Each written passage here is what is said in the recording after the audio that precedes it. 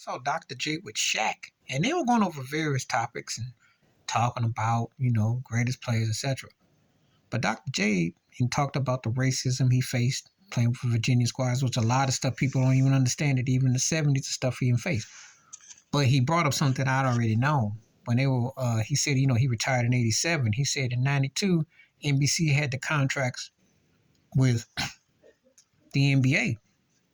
One of the things that they had is that they were not going to include the past so much of NBA, only the present. Because here Dr. J said it best, that ESPN wasn't even really a thing when he played, which is true. There was the George Michael sports machine, not to be mistaken with the music artist.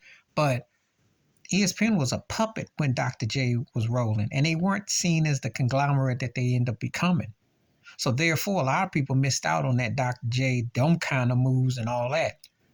The Magic Bird, when David Stern and when Jordan, all that. And I'm going to say this again real quickly.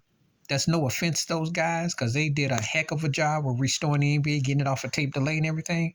But there has been a whitewashing to exclude even Dr. J.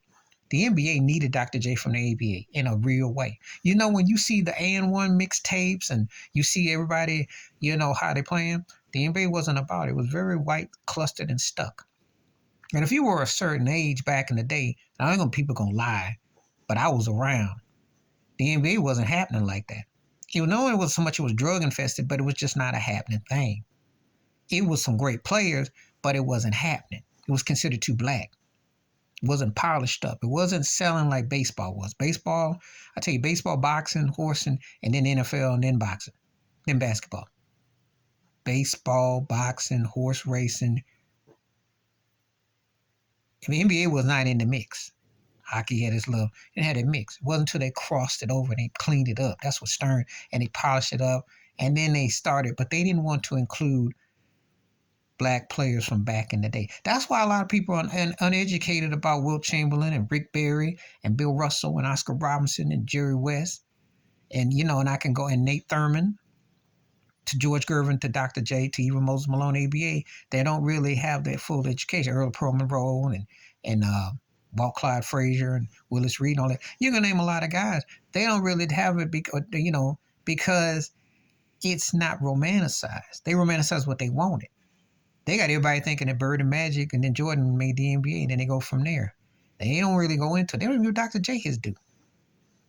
And I like how he told Shaq, he said, what? And he said, he said the powers that be. Dr. J been throwing some subtle hints about how racist the NBA plantation is for quite a while. And I already know, because I didn't see how they kind of sidestepped him.